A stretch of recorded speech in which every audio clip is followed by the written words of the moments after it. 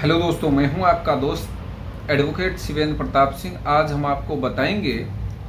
देखिए, अक्सर लोगों की शिकायत होती है कि आप सिर्फ और सिर्फ पति के फेवर में वीडियो बनाते हैं, लेकिन आपको बता दें, सही बात यह है, ऐसे कई वीडियोस हैं जो कि सिर्फ और सिर्फ पत्नी के फेवर में हैं। आप वो जाके देख सकती हैं। एक बात और, देखिए, पति से कोई यारी नहीं है और पत्नी से कोई दुश्मनी नहीं है कि हम आपके खिलाफ या उनके पक्ष में वीडियो बनाएं। सही बात यह है, आज का भी यह वीडियो सिर्फ और सिर्फ महिलाओं के लिए है। महिलाएं कहाँ गलती करती हैं या महिलाएं, वो पत्नी, वो औरतें केस करने के बाद क्या गलती करती हैं, आपको उसके बारे में आज हम बताएंगे।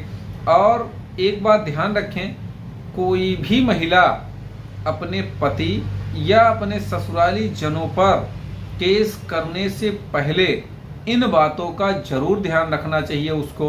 उसके बाद ही कुछ विचार करके केस करना चाहिए। पहली बात तो ये, अगर आपको आपके पति के साथ नहीं रहना है तो केस करना।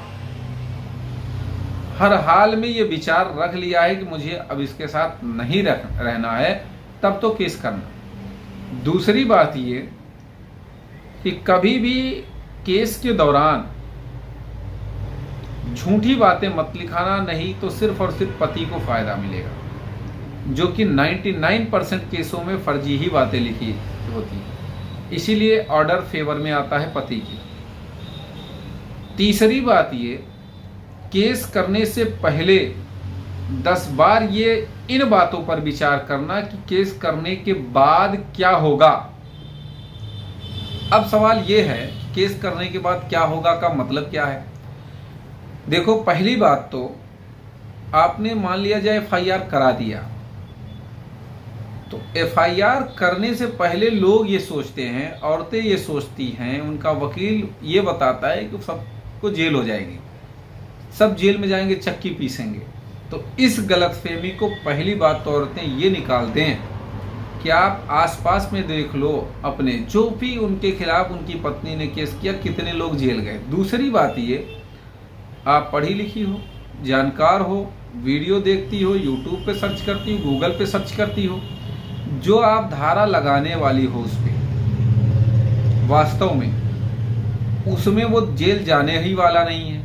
आराम से हाई कोर्ट जाके स्टे भी ले लेता है, चार्जशीट भी चैलेंज कर देगा, या फिर आप जो धारा में FIR लिखा रही हो उस पे जेल वो जाएगा ही नहीं जाएगा। तो जो FIR का नंबर है आपका, जो FIR वाला मामला है, वो तो ऐसे ही चला गया, खत्म। अब आ जाओ मेंटेनेंस केस करने का मतलब, आप मेंटेनेंस केस करोगी, FIR करोगी, DV का करोगी, यही 3 करोगी।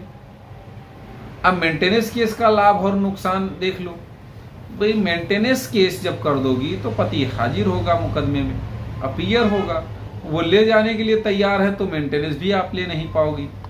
और पता नहीं कितने ऐसे लोग हैं, 2 साल 3 साल महिलाएं हैं, मुकदमा लड़ रही, मेंटेनेंस का ऑर्डर भी हुआ है, वो दे ही नहीं रहा है। तो आपने क्या किया, क्या लाभ मिला, आपके सामने है। तो मेंटेनेंस केस में भी अगर वो हाजिर होकर ये कहता है कि साहब मैं तो आज भी ले जाने के लिए तैयार, तो आप मेंटेनेंस भी नहीं ले पाओगी। वो आप ये साबित भी नहीं कर पाओगी कि भाई हम बिना युक्ति युक्त कारण के ही मायके में नहीं रह रहे हैं, ये कारण है मायके में रहने का। कोई भी घटना आप साबित भी नहीं कर पाओगी। हाँ, जो लोग साबित कर सकते हैं, जो वास्तव में जिनके साथ घरेलू हिंसा हुई है, मार पिटाई हुई है, गाली गलौज हुआ है, प्रताड़ना हुआ है, वो बिल्कुल कराएं केस, उनके लिए यह वीडियो नहीं है। जो महिलाएं वास्तव में प्रताड़ित हैं वो इस वीडियो को ना देखें। जो फर्जी केस लगाती हैं उनके लिए वीडियो, जो वास्तव में प्रताड़ित हैं वो उनके लिए यह वीडियो नहीं है। उनको देखने की जरूरत नहीं है, उनको सीधे कोर्ट जाने की जरूरत है, थाना में जाने की जरूरत है, तुरंत केस करने की जरूरत है। मैं उनके फेवर में हूँ। लेकिन जो जबरदस्ती का, क्रोध में आके, गुस्से में आके, किसी के बहकावे में आके केस करने वाली होती हैं, उनके लिए मैं बता रहा हूँ। समय भी जाएगा, पैसा भी जाएगा, कुछ हासिल भी नहीं होगा। अब आ जाओ घरेलू हिंसा की बात कर लेते हैं, DV का केस करने से पहले। डीवी का केस कर देती हो, पति सिर्फ लड़ता है, बाकी घर वाले वैसे भी नहीं जाते हैं, नाम दुनिया भर का, आरोप दुनिया भर का लगा दिए हो। तो कहने का मतलब ये, मुकदमा करने से बहादुरी का काम नहीं है। मुकदमे में आपको क्या लाभ मिलेगा क्या नहीं मिलेगा वो जानना बहुत जरूरी है। एक बात और हम आपको बता दें, अगर आपने डिसाइड कर ही लिया है कि मुझे नहीं रहना इसके साथ, तो पति से बात कर लो प्रेम से। वो जो देता है ले लो, नहीं देता है, अब नहीं भी रहना है तो कोई मतलब नहीं है। बाकी आपकी मर्जी का मालिक मैं नहीं हूं, आप जो करना है वो करो, कोई समझाने की जरूरत भी नहीं है आपको।